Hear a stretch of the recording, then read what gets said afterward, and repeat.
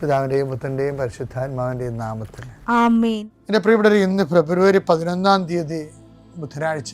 അമ്മേ പരിശുദ്ധ അമ്മേ, അമ്മേ പരിശുദ്ധമേ, ദൈവമാതാവേ, കൃപാസനത്തിലൂടെ ഞങ്ങളുടെ ദേശത്തിനും അമ്മ മധ്യസ്ഥം തേടി തന്ന എല്ലാ അനുഗ്രഹങ്ങൾക്കും കൃപകൾക്കും ഞങ്ങളിപ്പോൾ ഹൃദയം നിറഞ്ഞ നന്ദി പറയുന്നു. അമ്മേ പരിശുദ്ധമേ, ദൈവമാതാവേ, 2004 ഡിസംബർ 7 ഉച്ചകഴിഞ്ഞ് 2:30 കൃപാസനത്തിൽ സംഭവിച്ച അമ്മയുടെ പ്രത്യക്ഷപ്പെടലിനെ കുറിച്ച് തിരുസഭയ്ക്ക് സമർപ്പിച്ചിരിക്കുന്ന പഠനരേഖകളുടെ മേൽ സഭാത്മകമായ പഠനം ആരംഭിക്കുവാൻ ഞങ്ങൾ പ്രാർത്ഥിക്കുന്നു. അമ്മേ പരിശുദ്ധമേ, ഭൂസ്വർലോകങ്ങളുടെ രാജ്ഞിയായ അങ്ങേയ്ക്ക് ഭൗമസംരക്ഷണത്തിനായി പ്രപഞ്ചപ്രകൃതിയെ തന്നെ തിരുസഭ പ്രതിഷ്ഠിക്കുവാൻ ഈ പ്രത്യക്ഷീകരണം വഴി ഇടയാക്കണമേ. പരിശുദ്ധമേ, ജപമാല മാതാവേ, സകല കൃപാസനം പ്രാർത്ഥനയോടും ചേർത്ത് ഞങ്ങളിപ്പോൾ പ്രാർത്ഥിക്കുന്ന ഈ കുടുംബത്തിന്റെ പ്രത്യേക നിയോഗം പറ മക്കളെ.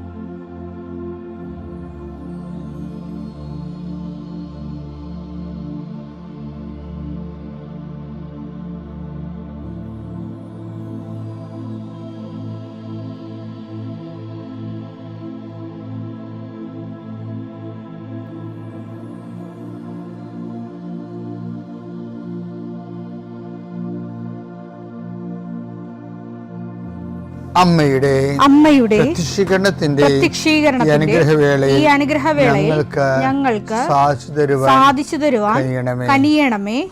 ആമേൻ. വിശ്വാസ പ്രമാണം. സർവശക്തനായ പിതാവും ആകാശത്തിന്റെയും ഭൂമിയുടെയും സൃഷ്ടാവുമായ ദൈവത്തിൽ ഞാൻ വിശ്വസിക്കുന്നു. അവിടുത്തെ ഏകപുത്രനും ഞങ്ങളുടെ കർത്താവുമായ ഈശോമിശിഹായിലും ഞാൻ വിശ്വസിക്കുന്നു. ഈ പുത്രൻ പരിശുദ്ധാത്മാവിനാൽ ഗർഭസ്ഥനായി കന്യകാമറിയത്തിൽ നിന്ന് പിറന്ന് പൊന്തിയോസ് പീലാത്തോസിന്റെ കാലത്ത് പീഡകൾ സഹിച്ച് കുരിശിൽ തറയ്ക്കപ്പെട്ട് മരിച്ച് അടക്കപ്പെട്ട് പാതാളങ്ങളിൽ ഇറങ്ങി മരിച്ചവരുടെ ഇടയിൽ നിന്ന് 3-ാം നാൾ ഉയർത്ത് സ്വർഗത്തിലേക്ക് എഴുന്നള്ളി സർവശക്തിയുള്ള പിതാവായ ദൈവത്തിന്റെ വലതുഭാഗത്തിരിക്കുന്നു. അവിടെ നിന്ന് ജീവിക്കുന്നവരെയും മരിച്ചവരെയും വിധിക്കുവാൻ വരുമെന്നും ഞാൻ വിശ്വസിക്കുന്നു. പരിശുദ്ധാത്മാവിലും ഞാൻ വിശ്വസിക്കുന്നു. വിശുദ്ധ കത്തോലിക്കാ സഭയിലും പുണ്യവാന്മാരുടെ ഐക്യത്തിലും പാപങ്ങളുടെ മോചനത്തിലും ശരീരത്തിന്റെ ഉയർപ്പിലും നിത്യമായ ജീവിതത്തിലും ഞാൻ വിശ്വസിക്കുന്നു. ആമേൻ. സ്വർഗ്ഗസ്ഥനായ ഞങ്ങളുടെ പിതാവേ, അങ്ങയുടെ നാമം പൂജിതമാകണമേ. അങ്ങയുടെ രാജ്യം വരണമേ. അങ്ങയുടെ തിരുമനസ് സ്വർഗത്തിലെ പോലെ ഭൂമിയിലും ആകണമേ. അന്നു വേണ്ടുന്ന ആഹാരം ഇന്ന് ഞങ്ങൾക്ക് തരണമേ. ഞങ്ങളോട് തെറ്റ് ചെയ്യുന്നവരോട് ഞങ്ങൾ ക്ഷമിക്കുന്നത് പോലെ ഞങ്ങളുടെ തെറ്റുകൾ ഞങ്ങളോടും ക്ഷമിക്കണമേ. ഞങ്ങളെ പ്രലോഭനത്തിൽ ഉൾപ്പെടുത്തരുതേ, തിന്മയിൽ ഞങ്ങൾ രക്ഷിക്കണമേ. ആമേൻ. നന്മ നിറഞ്ഞ മറിയമേ, സ്വസ്തി. കർത്താവ് അങ്ങയുടെ കൂടെ സ്ത്രീകളിൽ അങ്ങ് അനുഗ്രഹിക്കപ്പെട്ടവളാകുന്നു. അങ്ങയുടെ ഉദരത്തിൻ ഫലമായി ഈശോ അനുഗ്രഹിക്കപ്പെട്ടവനാകുന്നു. പരിശുദ്ധ മറിയമേ, തമ്പുരാന്റെ അമ്മേ, പാപികളായ ഞങ്ങൾക്ക് വേണ്ടി ഇപ്പോഴും ഞങ്ങളുടെ മരണസമയത്തും തമ്പുരാനോട് അപേക്ഷിക്കണമേ. ആമേൻ.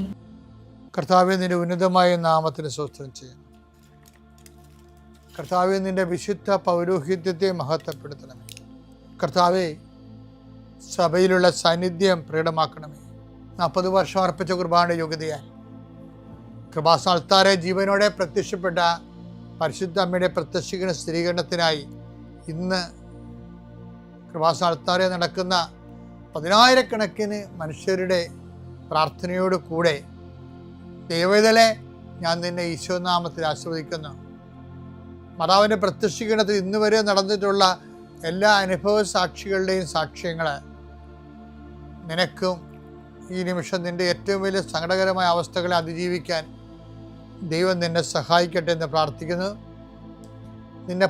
നീ ഭയപ്പെടുന്ന വ്യക്തികൾ, നീ സങ്കടപ്പെടുന്ന കാര്യങ്ങൾ, നീ എന്ത് ചെയ്യും,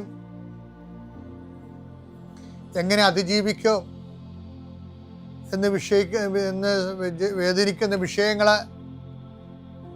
അതിൻ്റെ മേലെല്ലാം കർത്താവിൻ്റെ ആത്മാവ് പ്രവർത്തിക്കട്ടെ.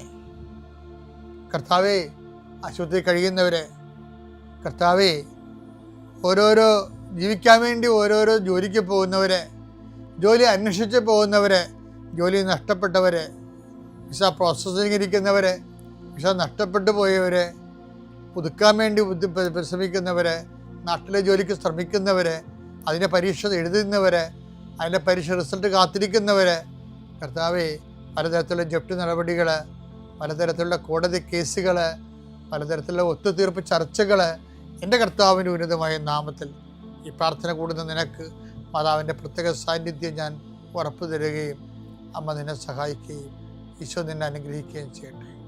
നമ്മൾ കഴിഞ്ഞ ദിവസങ്ങളെല്ലാം കണ്ടത്, കഴിഞ്ഞ കാലത്ത് നമ്മുടെ കയ്യിൽ നിന്ന് വന്ന കയ്യബദ്ധങ്ങളെ, ദൈവത്തിൻ്റെ സ്നേഹത്തിന് നിരക്കാത്ത നടപടിക്രമങ്ങളെ ദൈവം ചോദ്യം ചെയ്യുമ്പോൾ, മനസാക്ഷി നമ്മളെ കുറ്റപ്പെടുത്തുമ്പോൾ നമ്മൾ സ്വയം നീതീകരിക്കുകയും ആ നീതി മറ്റുള്ളവരുടെ മേൽ അത് കെട്ടിവെക്കുകയോ ചെയ്യാതെ അത് ഏറ്റെടുത്ത് ദൈവത്തിൻ്റെ മാപ്പ് ചോദിക്കുന്നതിനെക്കുറിച്ചാണ് ഭൂതകാലത്തിൻ്റെ വിശുദ്ധീകരണം. അങ്ങനെയാണ് സംഭവിക്കുന്നത്. ഇനി വർത്തമാനകാലവും അതുപോലെ ഒരു വിഷയമാണ്. ദൈവം നിരീക്ഷിക്കുന്ന ഒരു സബ്ജക്റ്റാണ്. ഭൂതകാലം മാത്രമല്ല, വർത്തമാനകാലവും ദൈവം നിരീക്ഷിക്കുന്നു. What you are doing now, നീ ഇപ്പം എന്ത് ചെയ്യുന്നു, അത് ദൈവത്തിന് പ്രധാനപ്പെട്ടതാണ്. നിന്റെ വർത്തമാനകാലത്തിൻ്റെ വിശുദ്ധീകരണത്തിന് ഉതകുന്നതാണ്. ഇപ്പം എങ്ങനെയാണ് കാലങ്ങളെ വിശുദ്ധീകരിക്കണം എന്നാണ് അച്ഛൻ പറഞ്ഞുകൊണ്ടിരിക്കുന്നത്. 1 രാജാക്കന്മാർ 19:13 എടുത്തേ. അപ്പോൾ ഏലിയ മേലങ്കി കൊണ്ട് മുഖം മറച്ചു പുറത്തേക്ക് വന്ന് ഗുഹാമുഖത്ത് നിന്നു.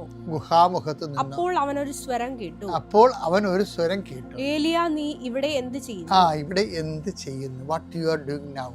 ഇത് എപ്പോഴും പ്രധാനപ്പെട്ടൊരു ചോദ്യമാണ്. ഓരോ ദിവസവും നമ്മൾ നമ്മോട് ചോദിക്കേണ്ട കാര്യമാണ്. നീ ഇവിടെ എന്ത് ചെയ്യുന്നു? അത് നമുക്ക് ഞങ്ങളുടെ സെമിനാറിലൊക്കെ ഉണ്ടല്ലോ, ഈ പഠിക്കണ കാലത്ത് എല്ലാ സ്റ്റഡി ഹാളിൽ ഓരോ മണിക്കൂർ കഴിയുമ്പോൾ ഒരു ചെറിയ കുഞ്ഞു മണി കിളിക്കും. ബീഡിലെന്ന് പറയും, ലീഡർ എന്ന് അതിൻ്റെ അർത്ഥം. അപ്പോൾ നമ്മൾ അത് എന്തിനുള്ള എക്സാമിനേഷൻ കോൺഷ്യസിന് വേണ്ടിയുള്ളതാണ്. ഇപ്പോൾ നമ്മൾ എന്ത് ചെയ്യുന്നു? ചില ആൾക്കാർ പടം വരച്ചുകൊണ്ടിരിക്കുകയായിരിക്കും പഠിക്കണ സമയത്ത്. അപ്പോൾ നമ്മൾ അത് പടമൊക്കെ മാറ്റി വെച്ചിട്ട് സോറി പറഞ്ഞിട്ട് നമ്മൾ പഠിക്കാൻ തുടങ്ങുന്ന ഉത്തരവാദിത്വം. അതാണ് വിഷയം. നീ ഇപ്പോൾ എന്ത് ചെയ്യുന്നു? ആൾക്കാർക്ക് റീൽസ് നോക്കി ജീവിതം പോകണമാണ് ഈ കാലഘട്ടത്തിലുള്ള ഏറ്റവും വലിയ ഗതികേട് എന്ന് പറയുന്നത്. കഴുത്തിങ്ങനെ ചോദ്യചിഹ്നം പോലെ ഇങ്ങനെ ഒടുങ്ങിയിരിക്കുന്ന മനുഷ്യരെ അടുത്ത ജന്മത്തിൽ. ഈ പരിണാമമൊക്കെ സത്യമാണെങ്കിൽ അടുത്ത ജന്മത്തിൽ മിക്കവാറും പിള്ളേരൊക്കെ ഇങ്ങനെ ചോദ്യചിഹ്നം പോലെ ഇരിക്കണം. പ്രസവിക്കണം ഇങ്ങനെ ഇരിക്കും. പ്രസവിക്കാൻ സാധ്യതയില്ല, വയറ് വളർന്ന് നടക്കേണ്ടി വരും. കാര്യം ഈ ചോദ്യചിഹ്നം പോലെ. കാര്യം ഈ തലമുറകൾ തന്നെ ഇങ്ങനെ ഈ മൊബൈലിൽ നോക്കി റീൽസും കണ്ട് കുനിഞ്ഞിരിക്കുകയല്ലേ. ഞാൻ ചുമ്മാ തമാശ പറഞ്ഞതാണ്. പക്ഷെ അതുപോലെ തന്നെയാണ് നീ ഇവിടെ എന്ത് ചെയ്യുന്നു. ആ ചോദ്യം ഇടയ്ക്ക് ചോദിച്ചാൽ, അപ്പോൾ നമ്മളിങ്ങനെ വേണ്ടാത്ത കാഴ്ചയെ കണ്ടുകൊണ്ടിരിക്കുകയാണെങ്കിൽ അപ്പം തന്നെ സ്റ്റോപ്പ് ചെയ്തിട്ട് നമ്മുടെ ഉത്തരവാദിത്തങ്ങളിലേക്ക് നമുക്ക് പോകാം. കാര്യം ഓരോ സമയവും ദൈവത്തോട് ഉത്തരവാദിത്തമുള്ളതാണ്. സമയത്തിൻ്റെ കുഴപ്പമെന്ന് പറയുന്നത് ഇത് ബ്രെയിൻ പോലെയാണ്. നമ്മുടെ ബോഡിയൊക്കെ അസ്ഥിയൊടിയണമെങ്കിൽ അതൊക്കെ കൂടും. കോശങ്ങളൊക്കെ പഴുത്തൊക്കെ പോയി കഴിഞ്ഞാലും പിന്നെ അതൊക്കെ മാംസം വെച്ച് കൂടും. ഞാൻ വണ്ടി ഇടിച്ച് ഞാൻ വണ്ടിയിൽ നിന്ന് വീണിട്ട് പെറ്റിൽ ബൈക്കിൻ്റെ അടിയിൽ പോയിട്ട് എൻ്റെ കാലിൽ കൂടി അതിൻ്റെ ഫുട് റെസ്റ്റ് വരഞ്ഞു പോയപ്പോൾ കുറേ മാംസം പോയായിരുന്നു. അപ്പോൾ 41 ദിവസം പെങ്ങളുടെ വീട്ടിൽ പോയി ചികിത്സയിലായിരുന്നു. അപ്പം അവിടെ അവർ ബ്രാല് കൊണ്ടുവന്നു തരും. എന്താ വെച്ചാൽ ബ്രാല് കഴിച്ചാൽ ശരീരം പെട്ടെന്ന് ഈ മുറിവുകൾ പെട്ടെന്ന് മാംസം വെച്ച് അടയുമെന്നാണ് പറയണത്. അപ്പം പക്ഷെ അത് ശരീരത്തിൽ അങ്ങനെയൊക്കെ സംഭവിക്കും. പക്ഷേ ബ്രെയിനിൻ്റെ ഒരു ഭാഗം ഒരു അംശം പോയാൽ നമുക്ക് ഏതെങ്കിലും ഒരു കേടുണ്ടാവും. അതുകൊണ്ടാണ് ദൈവം ഈ തലയോട്ടി കൊണ്ട് ഈ സാധനത്തിനെ പൊതിഞ്ഞ് സൂക്ഷിക്കണത്. വാ പൊളിച്ചു കഴിഞ്ഞാൽ താഴത്തെ തടി മൊത്തമല്ലേ, മുകളത്തെ തടി അങ്ങനെ തന്നെ ഇരിക്കണേ. താഴത്തെ സാധനമാണ് ഞാൻ അങ്ങോട്ട് അടക്കുന്നത്. ഈ ബ്രെയിൻ വെച്ചിരിക്കുന്ന സ്ഥലത്ത് ദൈവം അനക്കത്തില്ല. അപ്പം ഹെൽമെറ്റൊക്കെ ഇല്ലാതെ ചില ആൾക്കാർ വണ്ടിയെ പാഞ്ഞു പോകത്തില്ല. അതൊക്കെ പ്രായത്തിൻ്റെ പ്രശ്നങ്ങളാണ്. ഇത്തരം മനുഷ്യരാണ് ഹെൽമെറ്റ് ഇല്ലാതെ രക്തസാക്ഷികളായിരിക്കുന്നത്. അപ്പം ദൈവമാണ് ഈ ഹെൽമെറ്റ് ആദ്യം വെച്ചത്. അപ്പം അത് അത് എളിമ വേണം ഇതൊക്കെ മനസ്സിലാക്കണമെങ്കിൽ. അല്ലെങ്കിൽ ഞാൻ ഓടിക്കുമ്പോൾ ഞാൻ എൻ്റെ ഉസ്താദാണെന്നൊക്കെ പറഞ്ഞ് നമുക്ക് സ്വയം പറയാമെങ്കിലും ഒരു സെക്കൻഡ് കൊണ്ട്. പക്ഷെ എന്നാലും ഞാൻ പലപ്പോഴും, എനിക്കും ഡ്രൈവർമാരൊക്കെ ഉണ്ട്, വർഷങ്ങളായിട്ടുമുണ്ട്. പക്ഷെ എന്നാലും എപ്പോഴും എന്തെങ്കിലും മുട്ടുക തട്ടുക ചെയ്താൽ ഉടനെ ഡ്രൈവർ പറയണത് അവൻ്റെ കുഴപ്പമാണെന്ന് പറയത്തുള്ളൂ. അതാണ്. പിന്നെ ഓവർടേക്ക് ചെയ്യാനുള്ള ഒരു ത്വര, ഒരു കാര്യം വേണ്ട. വെറുതെ പോയാലും മുമ്പിൽ ഒരുത്തനെ കണ്ട അപ്പോൾ ഓവർടേക്ക് ചെയ്യണം. അതൊക്കെ ബ്ലഡിലുള്ള അഹങ്കാരങ്ങളാണ് ഇതൊക്കെ. അവരൊക്കെയാണ് ഈ ഇടയ്ക്കൊക്കെ പണി മേടിക്കണത്. ശരിക്കും നമുക്ക് അങ്ങനെയൊക്കെ വരുമ്പോഴേ ഉള്ള പ്രശ്നം വെച്ച് കഴിഞ്ഞാൽ നമ്മളുടെ പ്രൊട്ടക്ഷൻ പോകും. അഹങ്കാരം വന്നാൽ ദൈവം അപ്പം തന്നെ അവിടുന്ന് മാറും, പ്രൊട്ടക്ഷൻ പോകും. അത് വളരെ ശ്രദ്ധിച്ച്. ഞാനിപ്പോൾ പറഞ്ഞതിൻ്റെ കാര്യം അതൊന്നുമല്ല. നീ എന്ത് ചെയ്യുന്നു എന്നുള്ളത് ഭയങ്കര പ്രധാനപ്പെട്ടതാണ്. ഏലിയ, നീ ഇവിടെ എന്ത് ചെയ്യുന്നു? അപ്പം ന്യായമായ ഉത്തരം കൊടുക്കാൻ നമ്മുടെ ഉണ്ടാകണം. അപ്പം നീ വണ്ടി സ്പീഡിലാണ് പോകണമെങ്കിൽ 80-ൽ പോവുകയാണ്. അപ്പം അവിടെ 80 പോയിട്ടും പ്രത്യേകിച്ച് കാര്യമൊന്നുമില്ല. 5 മിനിറ്റ് അവിടെ നേരത്തെ എത്താവുന്നതാണ്. നേരത്തെ 5 മിനിറ്റ് എത്തിയാലും 50 മിനിറ്റ് എടുത്തിട്ട് 10 മിനിറ്റ് എത്തിയാലും ചിലപ്പോൾ കാര്യമൊന്നും ഉണ്ടാവില്ല. ചുമ്മാ എന്തായാലും വണ്ടി എടുത്താൽ അപ്പം തന്നെ പറപ്പിക്കുക എന്നുള്ളത്. അത് നീ എന്ത് ചെയ്യുന്നു? ഈ ചോദ്യം നമ്മൾ ചോദിച്ചാൽ വണ്ടി അപകടം കുറഞ്ഞു കിട്ടും. ഈ ചോദ്യം നമ്മൾ ചോദിച്ചു കഴിഞ്ഞാൽ റീൽസ് കാണൽ കുറഞ്ഞു കിട്ടും. ജീവിതം ദൈവത്തെ നിരക്കുന്നതായിരിക്കും. ദൈവം ആ ചോദ്യം ഏലിയോട് ചോദിച്ചപ്പോൾ ദൈവം പറഞ്ഞു, ഏലിയ പറഞ്ഞു, ഞാൻ നിന്നെക്കുറിച്ച് തന്നെ ഓർത്തുകൊണ്ടിരിക്കുകയാണ്. അതിനേക്കാൾ നല്ല ഉത്തരം വരെ കിട്ടാനുണ്ടോ? ഞാൻ നിന്നെക്കുറിച്ചുള്ള തീഷ്ണത ഞാൻ ജ്വലിക്കുകയാണ്.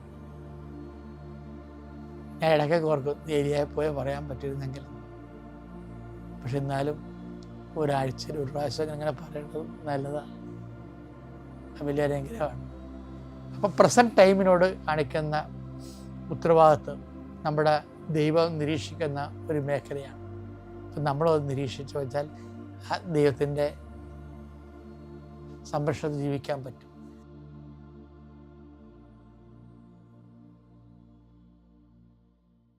അത്യപൂർവ ദൈവാനുഭവങ്ങൾ ഇനി നിങ്ങൾക്കും സ്വന്തം.